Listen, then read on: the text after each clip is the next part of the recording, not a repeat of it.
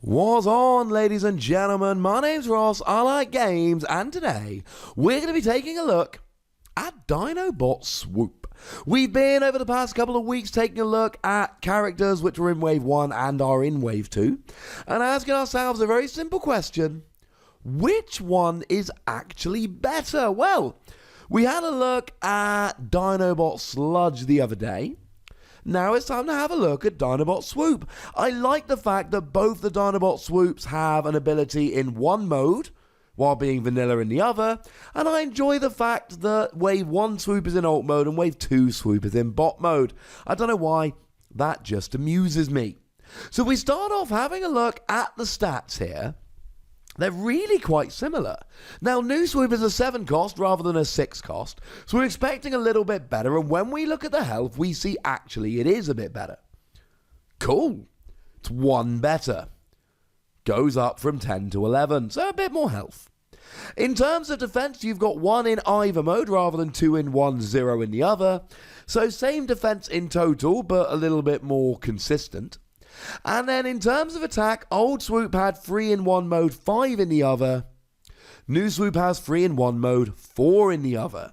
So you have 1 more health in either mode, and 1 less attack overall. So the smallest margin of victory for new Swoop there.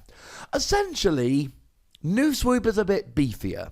Now, to be fair, old Swoop in alt mode, I would take 10 damage. I would take 10 health, 2 defense over 11 health, 1 defense generally. You are a little bit vulnerable to pierce in that regard, and you're also vulnerable to cheeky damage, non-attack damage, so that can happen, but generally speaking, I prefer it this way round. I believe this is the better way round. As an attacker, honestly, you're better off with old Swoop.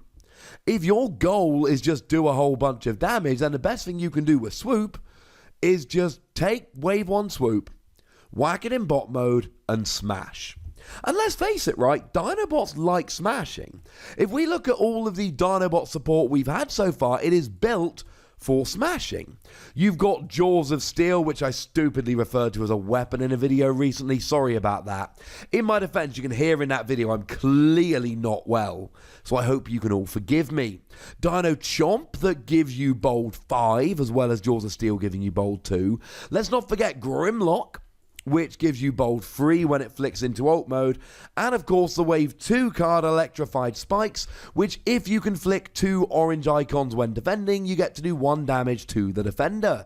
And incidentally, we've had a couple of rulings recently on these weekly ruling things, which have made it very clear that Electrified Spikes happens before the attack, which means that if you can get rolling of Electrified Spikes, you win. If you can get a KO with Electrified Spikes, you don't have to worry about how much damage they're likely to do, because Electrified Spikes comes in before the attack, and therefore you get the KO and your opponent's like, oh man, hey ho, they can't win them all.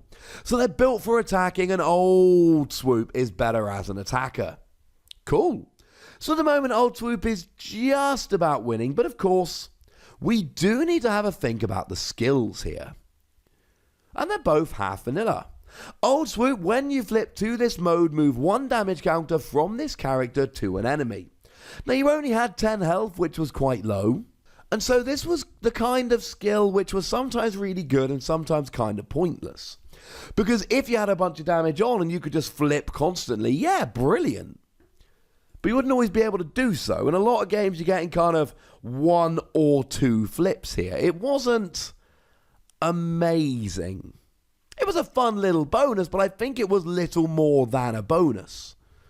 It's nice little healing, but it could be better. Now, incidentally, if you really want to take advantage of this, there is a new card in Wave 2 called Fling, which allows you to move a damage counter from one of your characters to one of your opponent's characters. And if you kind of combined Fling and this together, you could actually get to a stage where you're moving a whole bunch of damage, and that's kind of hilarious.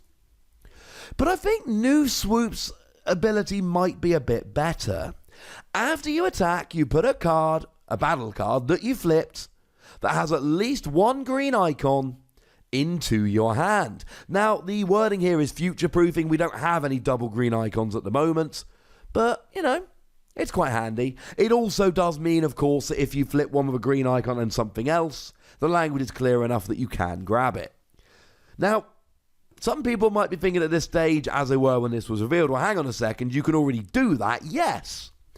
But the rule with these green pip cards is that you can, after a battle, you can swap one card in your hand for one of the cards you flipped that has a green icon. However, this allows you to get another one. This allows you to go double. So the question really is, well, I suppose it's twofold. On the one hand, do you want to get two green icon cards? Because if you do, Swoop has got your back.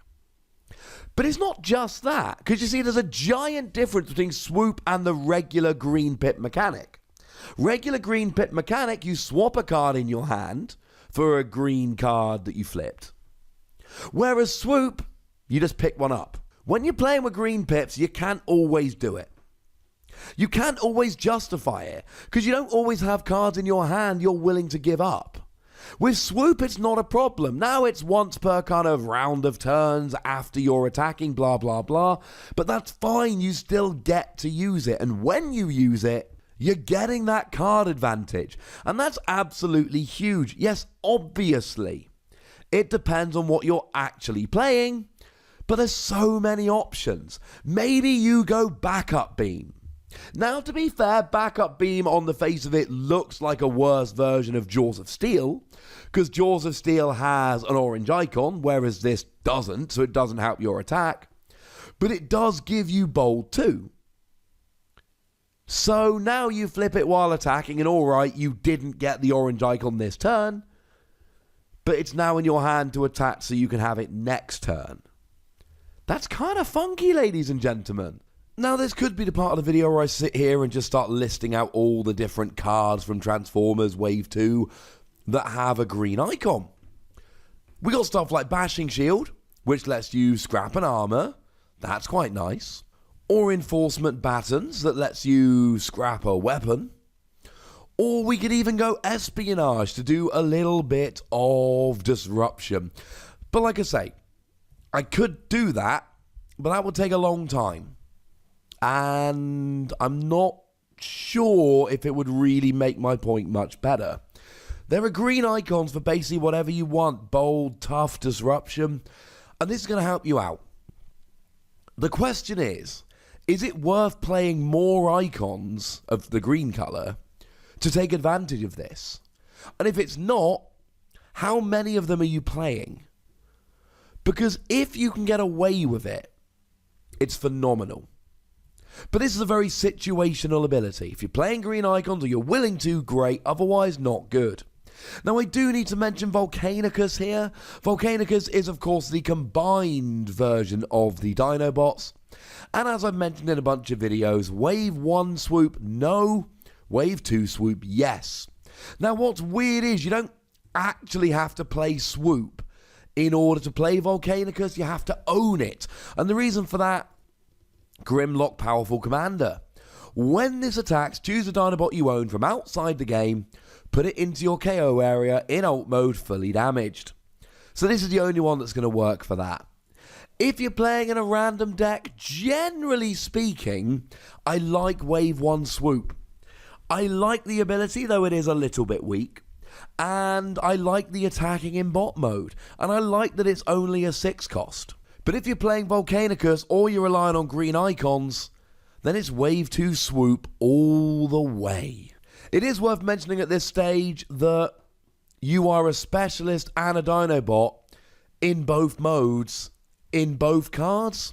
So it really doesn't give you an advantage one way or the other in terms of what I like to call designations, because you are the same regardless of which one you're playing. Not always the same, incidentally, when we look at all of the Dinobots, but it is for Swoop. So there we go. If you just want flat-out attacking and decent character for a low cost, Wave 1 Swoop, but Volcanicus or green icons, Wave 2. Sorry, that's not the clearest answer I've given on these videos, but that's where we stand. So there we go, ladies and gentlemen, but as always, I would love to know your thoughts on Swoop in the comment section. And of course, tell me which other characters you would like me to have a look at in a video like this. Go nuts, but please do remember the rule. Be nice, would ya? And then make sure you like this video, subscribe to this channel, and follow me on Twitter at Wossy, where we talk about games like Transformers, but also like Keyforge and Pokemon, whatever else piques my interest. But by far the most important thing is always, look after yourselves until next time. Thank you very much for watching. My name's Ross, and you've been watching Wossy Plays.